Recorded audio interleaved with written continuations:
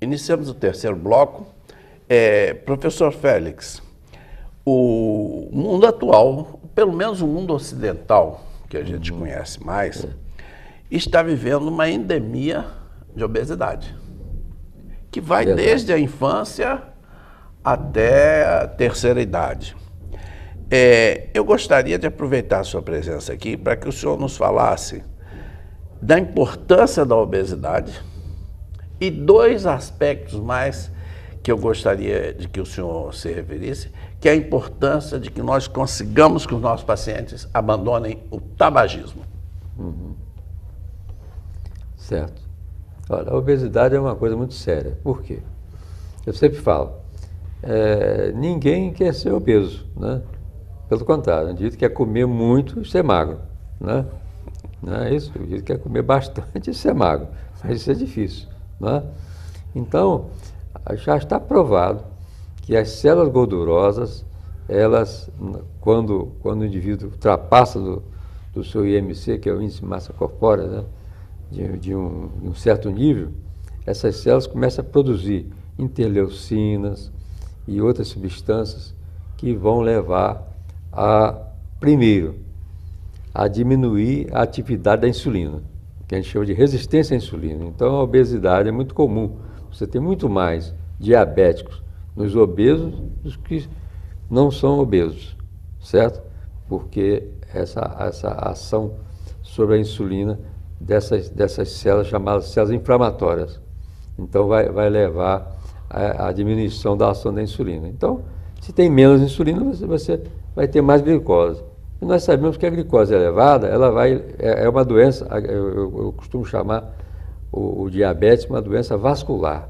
Ela pega todo o sistema vascular. Ou no cérebro, por isso que o diabetes tem mais AVC, ou derrame. É no coração, por isso que ele tem mais angina, infarto. É no rim. A gente vê nas clínicas de hemodiálise que o grosso é indivíduo hipertenso e diabético. Por quê?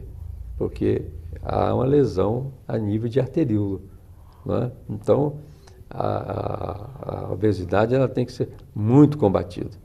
E voltando ao que nós falamos antes, se o pessoal adolescente, né, do colégio está muito fazendo pouco exercício, não brinca mais de pique, não quer brincar mais de futebol, de bola e ficam só no computador e andam de carro, etc., essa nossa população ela está obesa.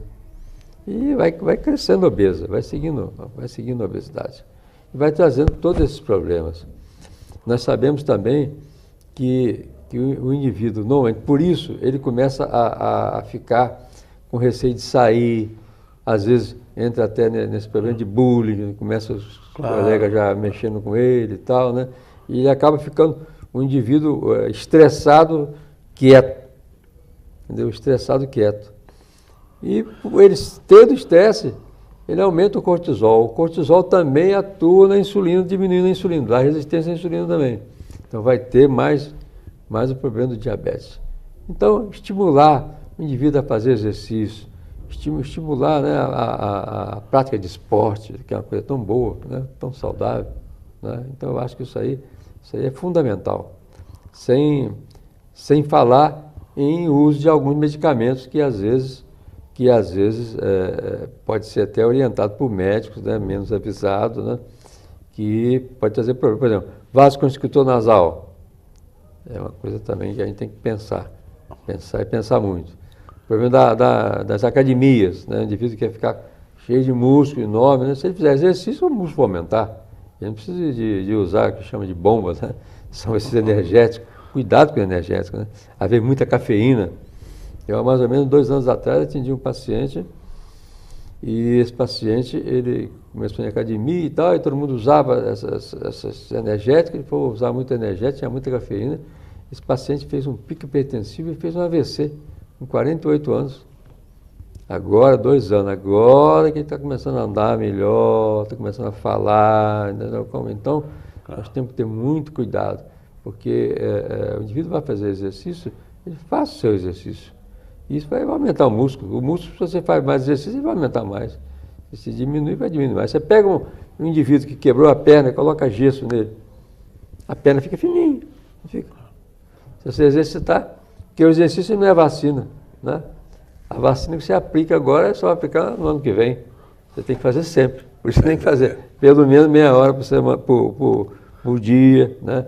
3 a 4, 5 vezes por semana, no sentido de que você tenha um corpo saudável e uma vida saudável. Porque não há nada melhor que a saúde, né? Professor Chalita, o mundo mudou muito nessas últimas décadas. Eu acredito que na sua juventude universitária, raramente o senhor deve ter visto uma pessoa jovem com 20 e poucos anos, 18, 21 anos, infartar. E hoje em dia isso acontece, não com muito, mas acontece com alguma frequência. A que nós poderíamos atribuir preliminarmente como... Olha, uma coisa muito séria hoje são as drogas, chamadas drogas ilícitas, né? Vamos começar primeiro vamos chamar de droga também, que é o tabagismo, que é o cigarro, né? Começar pelo cigarro. Nós sabemos que o cigarro tem mais de 470 substâncias. É a nicotina, mas tem muito mais junto com a nicotina, que leva uma série de problemas, né, pulmonares, cardíacos, aumento de câncer, etc. E na parte circulatória, ele aumenta a constricção, ele contrai os vasos. Então você vê, você entra na enfermaria, por exemplo, tem um filho que faz, todo mundo sabe, né? Faz a parte de cirurgia vascular. Você entra na enfermaria dele, você vê em 20 leitos, né? 90% ou já amputou um dedo, já amputou 2 dedos, já amputou o pé, ou já coisa, se ele não conseguir fazer uma cirurgia antes. Nós, infelizmente, estamos passando uma fase muito difícil na nossa medicina, de uma maneira geral no Brasil, e especialmente em campos, né? Que problema de verba. Então, agora mesmo tive com meu filho, né, Leandro, e estava me falando, papai, alguns pacientes que eu gostaria de fazer um bypass, que é colocar uma artéria daqui lá embaixo para levar sangue no pé, para evitar fazer a amputação. Como quando uma ponte cai e se faz uma... faz uma lateral para que haja fluxo. Uma lateral, exatamente, né? Então, se o indivíduo, além disso tudo, ele tem a pressão alta e ainda fuma, quer dizer, ele vai fatalmente ter um problema sério de necrose de pés, né? Agora, além disso, dentro das drogas chamadas ilícitas, nós temos as drogas propriamente ditas, né? Vou exemplificar aqui uma, que é a cocaína. Ela tem uma capacidade, pela própria ação dela, de vasoconstricção, ela contrai os vasos e, se você atende no pronto-socorro, 27, 28, 30 anos, um indivíduo com infarto, você pode ficar certo que ele fez um infarto, que está usando cocaína ou outras drogas, porque a constricção, isso se dá no vaso sadio, porque o infarto que a gente vê no dia a dia, o indivíduo tem aterosclerose, ele tem as placas, em cima daquilo ali um coágulo vai ali e fecha. Agora, nesse caso, a coronária dele está sadia, apenas ela contraiu demais ao ponto de gerar um infarto. Então, isso é uma coisa muito séria. E em pessoas em pleno gozo da juventude, professor? Gozo, né? 28, 30 anos, até menos um pouco, entendeu? Então, a gente tem que ter muito cuidado. Eu fico analisando né, por que isso? Por que à noite, né, a gente vai deitar, fica refletindo, né? Por que será, né, que a gente não conseguiu ainda, né, colocar na cabeça, principalmente dos mais jovens? O indivíduo começa quase sempre jovem, não começa, né? É muito difícil o indivíduo com 50, 60 anos começar a usar droga, né? Mais jovem, né? De tirar isso da cabeça dele, para não experimentar, porque tudo que leva ao vício é problemático. Porque se o cigarro, por exemplo, não desse o vício, você podia fechar as indústrias de cigarro, ia quebrar tudo. Substituía por indústria de alimentos. De alimentos, não é? Não é verdade? Exato. Então o que traz de consequência, né? Essas mortes, né, por bala perdida e etc., né? Tem hora que eu comparo até, né? O Brasil não está em guerra, mas está matando mais do que países que estão em guerra. Então é uma coisa muito séria, né? Nós encerramos aqui o nosso terceiro bloco com a impressão de termos prestado um serviço de excelência aos nossos telespectadores, aos nossos estudantes de medicina e aos nossos colegas médicos, pela presença do professor Félix Chalita, um cardiologista referência em toda a nossa região, membro titular da Sociedade Brasileira de Cardiologia e que nos honrou aqui com a sua presença. Professor Chalita, muitíssimo obrigado por sua presença aqui e espero que volte sempre. Se Deus quiser. Obrigado, César Ronda, ao jornal Terceira Via. Eu, de uma oportunidade, eu vi agora há poucos dias no Trianon, né? O jornal Terceira Via fez um evento lá e eu fui, aí estava lá o Everton Cid Neves, o Cidinho, né? O Cidinho, eu trabalhava no Sandu, ele foi lá estagiar comigo lá, né? Chegando lá ainda, né?